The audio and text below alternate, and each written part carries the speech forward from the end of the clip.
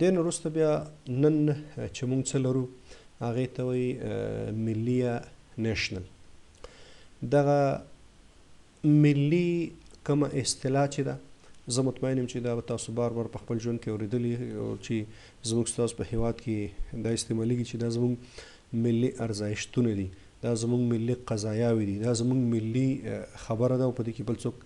غرض او کار لرلی نشي. نو مقصد دا چې کله یو مسله پرمختګ یا ستونزه یا چې هره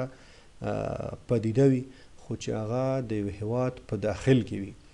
هغه د یو هېواد په ټاکلي جغرافیایي موقعیت کې او د هغې په چاردیوالۍ کې دننه قرار لري، هغې ته موږ وایو ملي قضایې، ملي ستونزې، ملي پرمختګونه او ملي یووالی او یا ملي ارزښتونه. نو مطلب او هدف دا چې کله د یو هېواد په هغه کوم پولې چې دي د هغې په داخل کې هره مسله،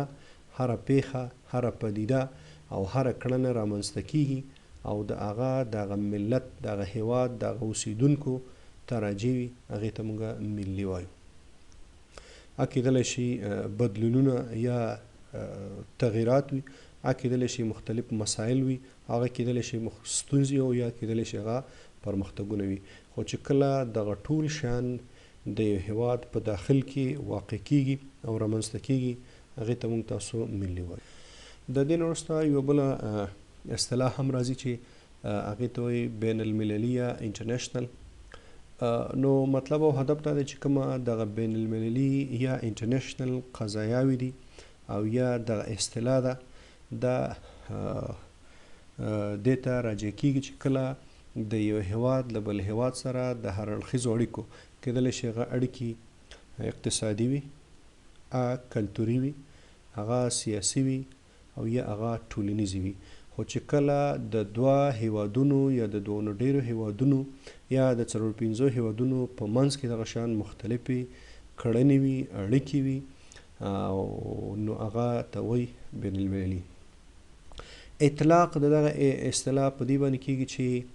کله دوه، درې، پنځه یا د دې نه ډېر هېوادونه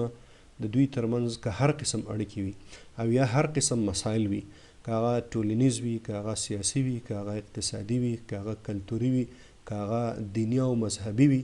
خو چې د دوه یا د دوه نه ډېر هېوادونو په هغې کې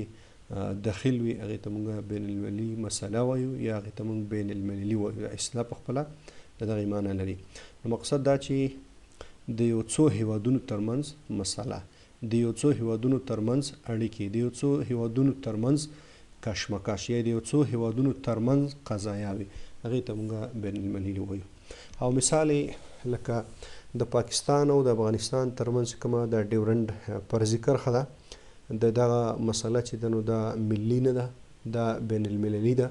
ځکه چې دې کې دوه هېوادونه دخیل دي یا په دې کې بل هېواد هم دخیل دی چې د چا سره د افغانستان هغه کومه خبره لاسلیک شوې وه یا کومه یا کوم تړون چې د مختلفو هېوادونو د برطانیې او د افغانستان ترمنځ راغلی و چې په هغې کې پاکستان شتون هم نه درلوده، یا داسې د افغانستان او ایران ترمنځ چې کومه کشاله او مسله د اوبو په سر باندې ده، دې ته موږ بین المللي وایو. یا د پاکستان او د هندوستان په منځ کې چې کومه د کشمیر، د آزاد کشمیر او د مقبوضه کشمیر په منځ کې مختلف ستونزه په مختلفو وختونو کې راځي یا د هغوی د اوبو په تړاو باندې کومې ستونزې شتون لري، هغې ته موږ بین المللي مسله وایو یا قضایه وایو. د دې نه وروسته موږ تاسو یو بله اصطلاح هم لرو چې هغې ته موږ وایو نړیواله. نو نړیواله چې په هغې کې نړیواله مسله یا نړیواله اصطلاح موږ کوم وخت کې د هغې نه استفاده کولی شو. نړیواله یا نړیوال کله چې یوه مسله د یو هېواد د پولو څخه بهر شي، په بین الملل کې هم د پولو نه بهر کېدله، خو دلته مقصد دا دی چې په دې کې تقریبا د ډېرو هېوادونو سره یا د نړۍ د ټولو هېوادونو سره دغه مسله تړاو لري، نو دغې ته موږ بیا نړیواله مسله ویلی شو یا دغې ته د نړیوال نوم ورکولی شو. یو ټولنیزه پدیده کیدلی شي چې ټولې هغه ځانګړتیاوې موجودې وي مطلب دا چې په نړیواله په ټولنیزه پدیده کې ټولې هغې ځانګړتیاوې موجودې وي چې د نړیوالتوب حالت اختیار کړي. مقصد دا دی چې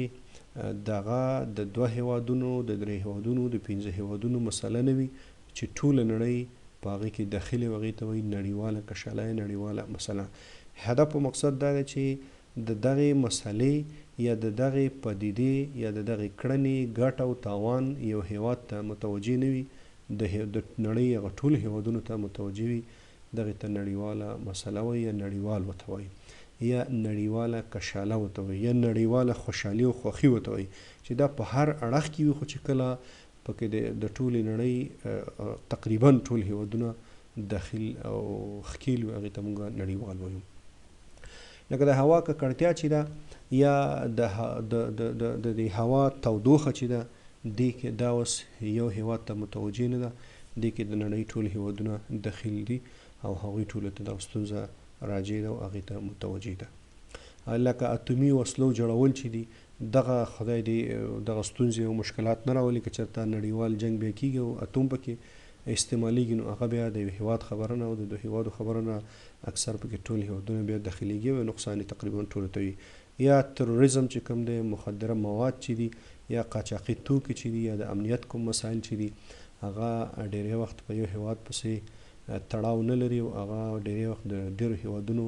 مسله او ستونزه وي، نو په دې وجه هغې ته بیا نړیوال وایي. نو په دې هیله چې دغه نننی درس تاسو بار بار واوروئ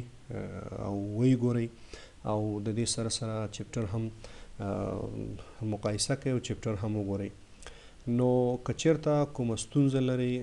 پوښتنه لرئ، غوښتنه لرئ یا